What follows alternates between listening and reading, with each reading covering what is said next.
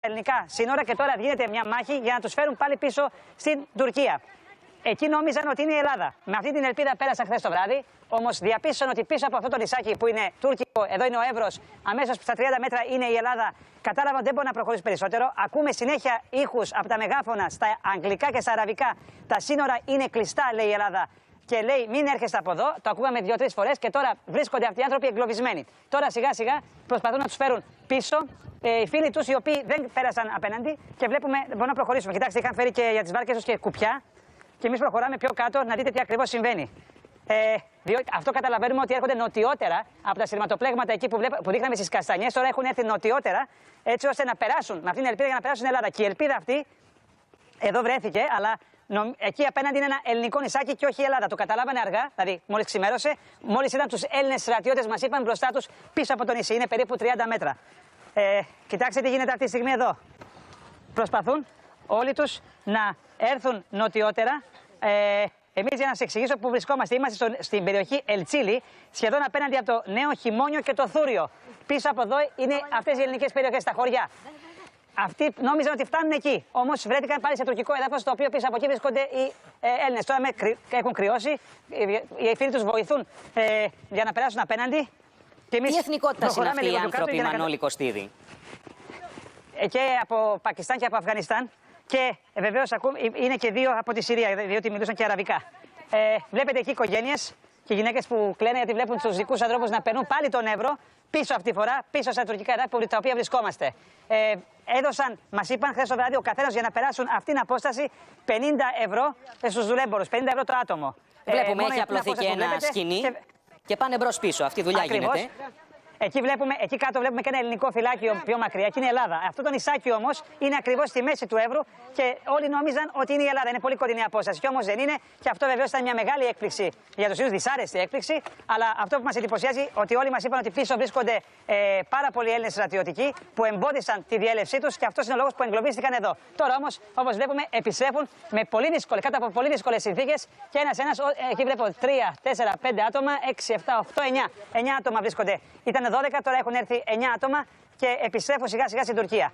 Αυτό όμως τι μας δείχνει? Και βλέπουμε και άλλες οικογένειες και μεγάλα πλήθη να έρχονται νοτιότερα, από τις Καστανιές έρχονται νοτιότερα για να περάσουν τον Εύρο. Προσπαθούν να βρουν κάποια τρύπα όπως μας λένε στα σύνορα, μέχρι στιγμής όμως δεν την έχουν βρει. Για αυτό το λόγο και επιστρέφουν πίσω, διότι ακούμε και στα μεγάφωνα συνέχεια και στα αγγλικά, επαναλαμβάνω, αγγλικά και αραβικά, λένε, γιατί ρωτήσαμε και τη μετάφραση, λένε μην έρχεστε εδώ. Τα σύνορα είναι κλειστά, το ακούγαμε έτσι. Λένε ότι είναι κλειστά τα σύνορα. Αυτό ακριβώς ρωτάω, γιατί εγώ δεν ξέρω αραβικά. Να είμαι σίγουρος ότι στα αγγλικά το άκουσα, αλλά δεν ήξερα στα αγγλικά. Εδώ οι φίλοι τους έχουν ανάψει φωτιά. Μόλις έρθουν. Validen Amir çıkmış, yollar kapalı, jandarma burada yönlendirdi bizi.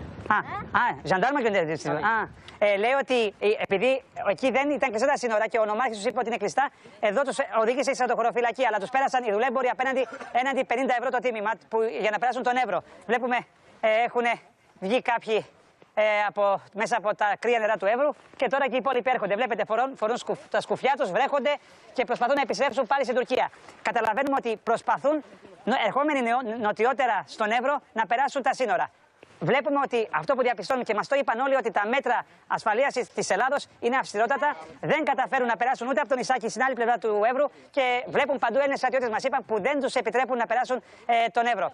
Αυτή είναι η κατάσταση και θελήσαμε να δείξουμε αυτή την εικόνα για να καταλάβουμε ότι το θέμα δεν είναι μόνο στις Καστανιές. Όλο και νοτιότερα έρχεται ένα κύμα, προσφυγικό κύμα, έτσι ώστε να ψάξει κάποια κενά απέναντι στην Ελλάδα.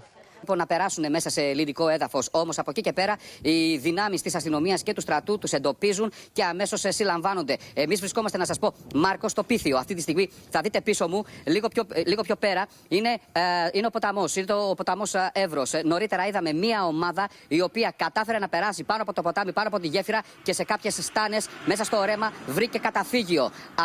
Αμέσως κινητοποιήθηκαν οι δυνάμεις του στρατού Ξηράς, ήρθανε, τους εντόπισαν και πριν από λίγο ήρθε και η αστυνομία. Και αυτοί οι 14 τουλάχιστον που μέτρησα έχουν συλληφθεί. Δηλαδή αυτό που σας είπα νωρίτερα, όποιο σχέδιο, όποιο πλάνο και αν έχουν, σταματάει με το που θα περάσουν μέσα στο ελληνικό έδαφος. Από εκεί και πέρα να σας πω το ότι είχαμε και συγκρούσεις καθ' όλη τη διάρκεια της νύχτας, ανατακτά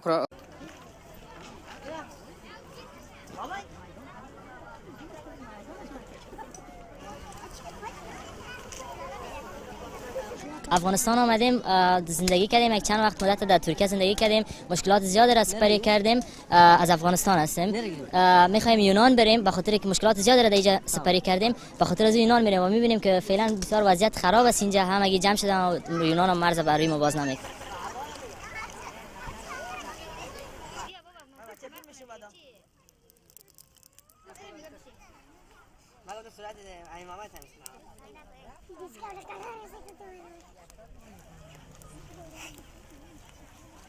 Ben Pakistan. Tamam. Ben buraya iş yapıyor. Şimdi 2000 buraya iş yapıyor. Şimdi geliyor Pakistan, Yunanistan geliyor. Ama burada bu açmıyor. Bodar açmıyor. Sıkıntı çok. Ama bomba geldi. Hepsi de çocuk var ama hepsi düştün. Tamam sıkıntı var hepsi düştün. Bazı da iğne geldi sıkıntı var. Bazı da çocuk hasta mı? Anne baba hepsi problem var. Anladın?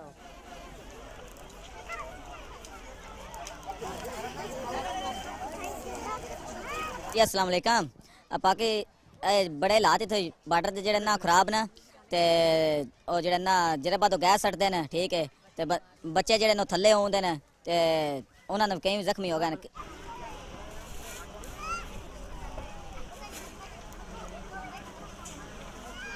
به ما اجازه دادن که گفتم ما از افغانستان اومدیم ترکیه و ما گفتن که مرزهای ترکیه باز شده میتونید برید ما الان اومدیم سر مرز ترکیه خب مرز ترکیه باز شده مرز یونان بسته است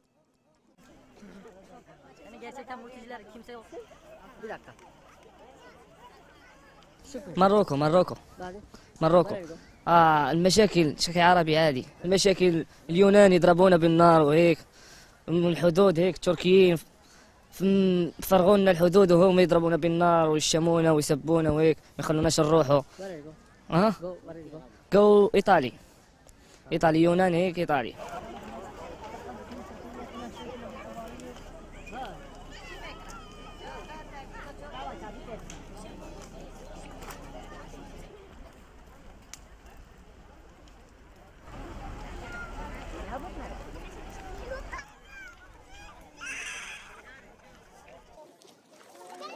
It's taken them months to get to Europe, but now that they're here, there's nowhere for them to go. Before dawn, migrant boats began arriving on Lesvos, so many that aid agencies couldn't process them fast enough. So it was very dangerous in the way and we came by boat, so it is very dangerous and we are all family, children, women, so the sea was also dangerous. In just 2 hours, 4 boats carrying 200 people had come ashore. About half of them were children. By midday, the count had risen to 6 boats and almost 300 people, most from Afghanistan. Why did you want to leave Afghanistan? Fighting, bomb, fighting, very hard. For children's, very hard. Afghanistan is not happy university. Buses used to transport the migrants to the Moria reception centre couldn't cope with the influx, leaving the refugees huddled on the beach for hours. Children in wet clothes started collecting driftwood so their families could build a fire. At the moment we are a little bit stressed what is going on at the moment according what is happening on the other side, but our coordination and cooperation with the authorities is brilliant. Those that did make it onto a bus were greeted by this. Angry locals blocking the road to Moria. Another group prevented this boat from even reaching the shore. The 40 people on board had been drifting in the Aegean Sea for hours. Humanitarian workers were driven off the beach, one camera crew was attacked, and the refugees left stranded. Locals say their island can't accommodate any more new arrivals.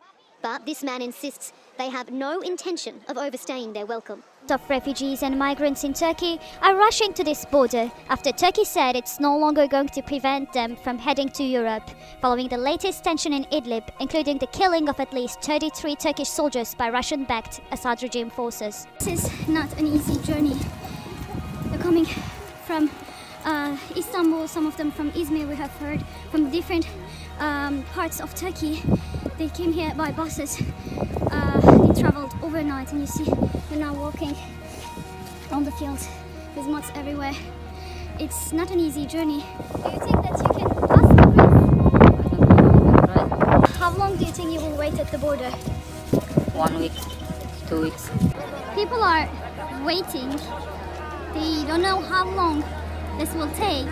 Thousands of families are here. It's quite cold outside. They are trying to warm up, but they have nothing than a few belongings. Şimdi babam diyor o tarafa da geçemeyeceğiz, bu tarafa da. Yani buraya kaldık işte. Bir de adamlar çok şey etti. Ondan sonra sis bombalar attı da biz kaçtık. It has been about 2 days that we have been waiting here. They just use firing on us. More than 76,000 refugees have reportedly left Turkey for the borders, and thousands more are expected to arrive. Sleeping outside on the mud, it's clear they are struggling, but they continue to hold on to the hope of a जी dear friends अस्सलाम वालेकुम, क्या हाल है? ठीक ठाक है, उम्मीद करता हूँ खैरियत से होंगे। अल्हम्दुलिल्लाह मैं भी बिल्कुल ठीक ठाक हूँ। अल्लाह ताला का बड़ा एहसान है। तो जनाब आज आपके साथ एक और बड़ी इंटरेस्टिंग और कमाल की वीडियो के साथ आपका भाई हाजिर है। तो उम्मीद करता हूँ आप भी खैरियत से होंगे। अल्हम्दुलिल्लाह मैं भी बिल्कुल ठीक ठाक हूँ। अल्लाह ताला का बड़ा एहसान है। जनाब आज की जो वीडियो है इसमें मैं आपको बताने जा रहा हूँ कि जो लोग वहाँ से अभी नहर क्रॉस कर रहे थे कि उन्होंने कितने जान जोखों में डाल के वो जा रहे हैं और आगे उनको भी ग्रीस वाले वेलकम नहीं कर रहे हैं, ग्रीस वाले उनको नहीं पकड़ रहे। मतलब कि अगर नहीं लेके जा रहा है वो वापस उनको जो है वो करवा देते हैं नहर पार और फिर तुर्की में भेज देते हैं। तो तुर्की में वहाँ पे सामान बना हुआ है जिस तरह बोस्निया वाले ने किया हुआ है। अभी बोस्निया ने मतलब कि अपने बॉर्डर खोले थे, तो अभी टेंशन वहाँ पे आके हो जाती है कि सिर्फ स्लोवेनिया और क्रोएशिया की। तो यहाँ पे अभी तुर्की वाला भी यही सीन बना हुआ है कि यहाँ पे जब बंदा आता है तो यहाँ पे मेरे भाई जो टेंशन है वो सिर्फ यही हो जाती है बंदे को कि बंदे ने ग्रीस जाना है फिर दोबारा। मतलब एक बॉर्डर है, एक बॉर्डर क्रॉस करने में इतनी कोई टेंशन नहीं। वो सेम वही है कि जिस तरह इधर से हम आए थे तो बोस्निया में बिल्कुल आज़ादी है ना, वहाँ पे जिस तरह ग्रीस की नहर है वहाँ पे इस तरह ये बोस्निया का जो है ना वो नाला बोस्निया का और इसके दरमियान क्रोएशिया के दरमियान नाला है। तो अभी जहाँ पे लोग नहर पे आके बैठ गए हैं, बोस्निया में लोग जाके नाले पे बैठ जाते हैं। जब जनाब दिल करता है वो नाला क्रॉस करते हैं और वहाँ से वो सीधे चले जाते हैं उधर क्रोएशिया के अंदर और वहाँ से 15-20 दिन में 10 दिन में छुप छुपा के वो इटली पहुँच जाते हैं। तो इसी तरह अभी मतलब कि अगर नहीं कोई काम बनता तो यही सिलसिला होगा। लोग नहर पे तो पहले चले गए, अभी वहाँ से जिसका दिल करता है वो दाल लगा के तो जनाब चला जाता है, नहर क्रॉस करता है और अगर पकड़ा जाए तो वो नहर वापस करवा देते हैं जिस तरह क्रोएशिया वाले नाला पार करवाते हैं। इस तरह अभी ये भी ग्रीस वाले भी कर रहे हैं। तो लोग पहुंच भी रहे हैं, बहुत से लोग जो वो सलोनिकी में पहुंच गए हैं। अभी एक दोस्त ने मुझे कॉल की, वो कह रहा था कि यार मैंने आगे की गेम करनी थी आप साहब, तो वो पुलिस आई है, उसने मेथीना जो ट्रेन टर्मिनल है वहाँ से मैं पकड़ा है और वापस दोबारा लेके चले गए हैं।